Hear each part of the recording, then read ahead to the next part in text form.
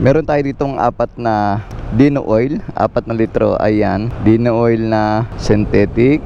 Tapos ito advanced technology synthetic din. Tapos ito pang automatic na synthetic, pang scooter. Kaya tayo nandito dahil hahanap tayo ng rider na mabibigyan natin nitong langis na to. Isang motor, isang rider ang bibigyan natin.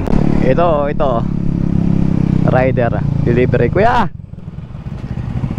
may deliver ka? Tabi ka muna, may tatanong lang ako. Tabi ka lang. Naka-G-ning helmet ka. Bagong change oil yung motor mo? Bagong change oil? Hindi. Matagal na? Every kailangan nag-change oil? Change oil? Kaya 2 weeks lang ako eh. Every 2 weeks? Oo. Bibigyan kita pang change oil. Yun, baita. Ha? Ano motor mo? Mio M3? Oo.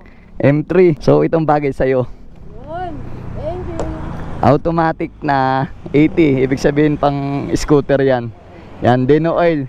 Yan ang ginagamit ko saka sa big bike ko. Tapos yung mga kariresta din. Maganda yan. Maganda performance. Salamat. Una ka na at meron ka pa yatang booking. Saan mo, sir? Huwag na. Sir, God bless ha. Sige, sige. Ingat, ingat. Sir, salamat ha. Okay.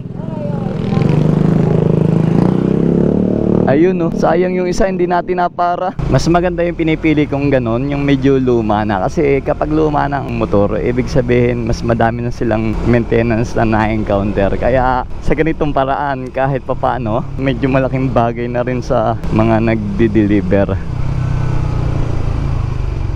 Ito. Kuya, may booking ka? Yung motor mo, bagong change oil? Tuwing kailan ka nag-change oil? Tuwing 1 month. 1 month? Ilan ang milyahe? Taas na to, 2 taon na to. 2 taon na?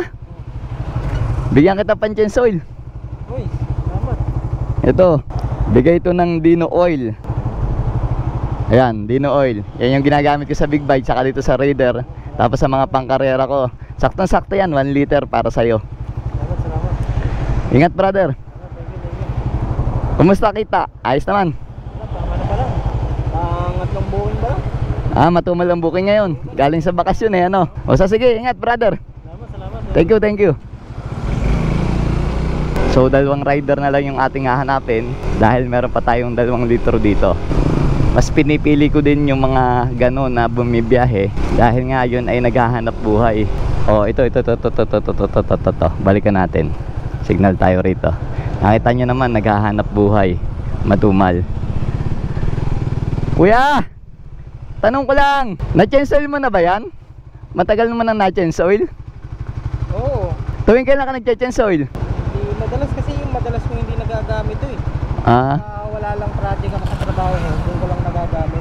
Bumibiyahe ka ng Lalamove ngayon? Oo, pinabiyahe ko ngayon. Okay lang ba sa'yo? Bigyan kita pang change oil? Para ko. Para pag nag-change oil ka, magagamit mo, langis. Sige, libre? Oo. Para sa'yo, libre. Brother, ito. Yan, gawa ng ano yan, Dino oil. Okay. Bigay sa'yo. Thank you. Salamat. Sige po, ingat. Ingat. Okay.